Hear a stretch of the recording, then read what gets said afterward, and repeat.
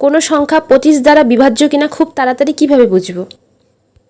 ধরি আমাদের একটা সংখ্যা দেওয়া আছে, শেষের অঙ্ক দুটি কত? 25, সুতরাং এটি 25 দ্বারা বিভাজ্য।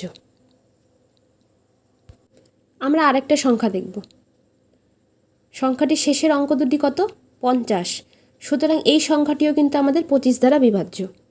অর্থাৎ কোনো একটি সংখ্যার শেষের অঙ্কগুলি হতে হবে 25-এর গুণিতক, 0, 25, 50, 75। তাহলে কোনো একটি সংখ্যা যতই বড় হোক না কেন আমরা লাস্ট দুটি অঙ্ক দেখেই বলে দিতে পারবো সেটি 25 দিয়ে ভাগ করা যাবে কি না। তোমাদের জন্য একটা সংখ্যা দেওয়া থাকলো, তোমরা কমেন্টে লিখে জানাও সংখ্যাটি কি 25 দ্বারা বিভাজ্য? Yes or no.